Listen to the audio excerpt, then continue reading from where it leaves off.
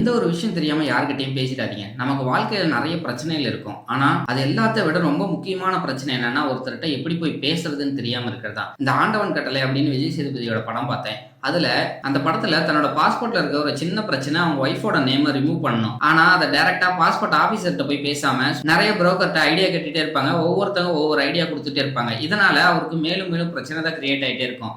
ஒரு நாள் அவர் தைரியத்தை வர வச்சுட்டு டைரக்டா அந்த பாஸ்போர்ட் ஆபீசர்ட்டே போய் பேசிடுவாரு. அப்போ அவர் சிம்பிளா சொல்லுவாரு, நாங்க நிறைய டைம் சொல்லிட்டோம், நீங்க தேவையில்லாம இந்த புரோக்கர் கிட்ட எல்லாம் போய் பேசிட்டு இருக்காதீங்க, தேவையில்லாம டைம் வேஸ்ட் அப்படின்னு சொல்லி அவரோட பாஸ்போர்ட்ல இருக்கிற பிரச்சனையை தீர்க்கறதுக்கு அவர் சிம்பிளான ஒரே ஒரு வழிதான் சொல்லுவாரு.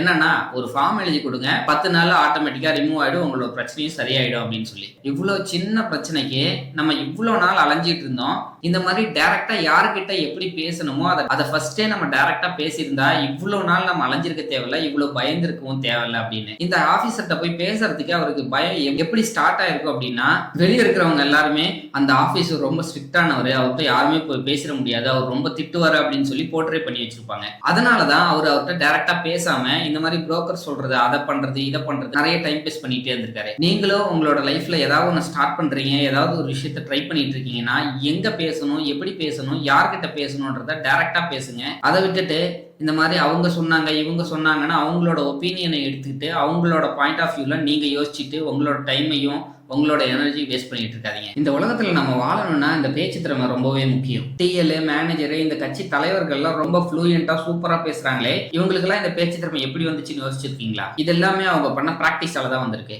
அந்த மாதிரி பிராக்டிஸ் பண்ணீங்கன்னா உங்களாலையும் ஈஸியா ரொம்பவே கான்ஃபிடென்ட்டாகவும் பேச முடியும். ஒரு இடத்துல வேலைக்கு போகணும்னாலும் சரி, இல்ல நம்மளோட நார்மல் லைஃபை லீட் பண்ணணும்னாலும் சரி, இல்ல ஏதாவது உதவி யாருக்கிட்டையாவது கேட்கணும்னாலும் சரி, நம்ம கண்டிப்பா பேசிதான் ஆகணும். ஸோ எந்த ஒரு சுச்சுவேஷன்லயும் நமக்காக நம்ம பேசுறது ரொம்பவே முக்கியம். செகண்ட் திங், கிளியரா பேசணும். ஃபார் எக்ஸாம்பிள், யாருக்கிட்டையாவது நீங்க ஆறுதலுக்காக பேசிட்டு இருக்கீங்கன்னா, அவங்க உங்ககிட்ட எமோஷனலா ஏதாவது ஷேர் பண்ணிட்டு இருக்காங்கன்னா, அந்த டைம்ல அப்படியா, சரி சரி ஓகே அப்படின்ற மாதிரி பேசாம, அப்படிங்களா, ஓகே, ஸோ இந்த மாதிரி சுச்சுவேஷன் எனக்கு இருந்தாலும் இது ரொம்ப பெயின்ஃபுல்லாக தான் இருந்திருக்கும், ஸோ உங்களோட ஃபீலிங்ஸ் என்னால் புரிஞ்சிக்க முடியுது அப்படின்ற மாதிரி நீங்கள் பேசுனீங்கன்னா தான் அவங்களுக்கு நீங்கள் அவங்களோட பெயினை ஃபீல் பண்ணுறீங்கன்றதும் அவங்களுக்காக நீங்கள் நிற்கிறீங்கன்றதையும் அவங்க உணர்வாங்க.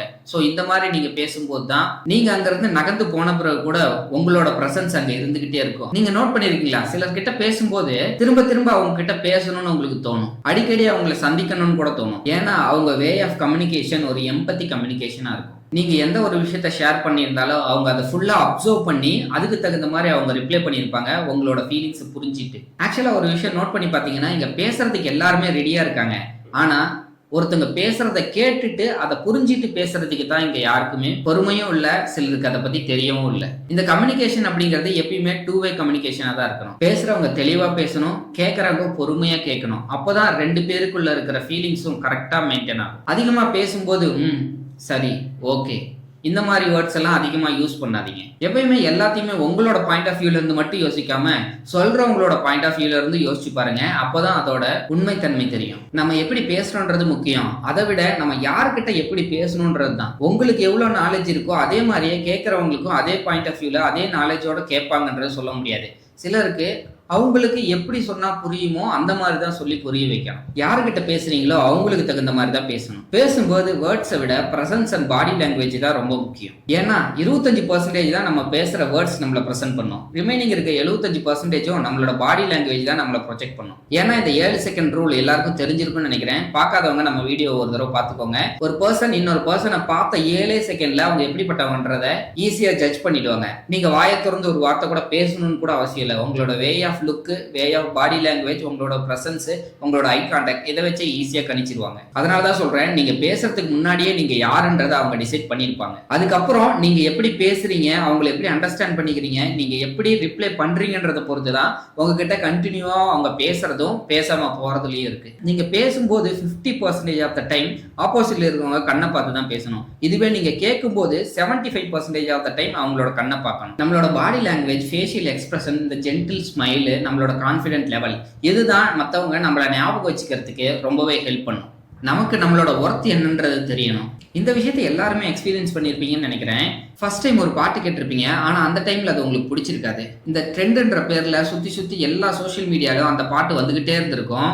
ஒரு நாளுக்கு அப்புறம் அந்த ட்ரெண்டு முடிஞ்சு போயிருக்கும், அந்த பாட்டும் உங்களுக்கு அதிகமாக கேட்டிருக்காது. ரொம்ப நாள் கழிச்சு நீங்கள் ஏதாவது ஒர்க் பண்ணிட்டு இருப்பீங்க, இல்லை எங்கேயாவது ட்ராவல் பண்ணி போயிட்டு இருப்பீங்க. அப்போ ஆட்டோமேட்டிக்காக அந்த சாங்கை நீங்கள் முணுமுணுத்து பார்த்துருப்பீங்க. உங்களுக்கு பிடிக்காத பாட்டை எப்படி நீங்கள் முணுமுணுத்தீங்க அப்படின்னு சொல்லி உங்களுக்கு ஒரு குழப்பமாக இருந்திருக்கும். இந்த ரியாலிட்டி என்னன்னா, நமக்கு எது பிடிக்கும் பிடிக்காது அப்படின்னு சொல்லி நம்மளோட மனசுக்கும் பிரெயினுக்கும் தெரியாது. நம்ம அடிக்கடி எதை சொல்றோமோ கேட்கறோமோ அதை தான் இந்த பிரெயினும் மனசும் நமக்கு பிடிச்சிருக்குன்னு சொல்லி அதுவே கமிட் பண்ணிக்கும். நம்ம ஏதாவது டீப் திங்கிங்லயோ இல்ல ரிலாக்ஸ் பண்ணிட்டு இருக்கும் போதோ அந்த விஷயத்த அப்பப்போ நமக்கு அதை ஓட்டி காட்டும். ஸோ எப்பயுமே கான்பிடென்டாவும் உங்களுக்கு பிடிச்சதை மட்டும் நினைச்சுக்கிட்டே இருங்க. உங்களால நல்லா பேச முடியும் நீங்க பிலீவ் பண்ணுங்க. அப்பதான் உங்களால நல்லா பேச முடியும். Your retry might be rewrite your future. புரிஞ்சிருக்கும்னு நினைக்கிறேன். அப்புறம் நாளைக்கு பார்க்கலாம்.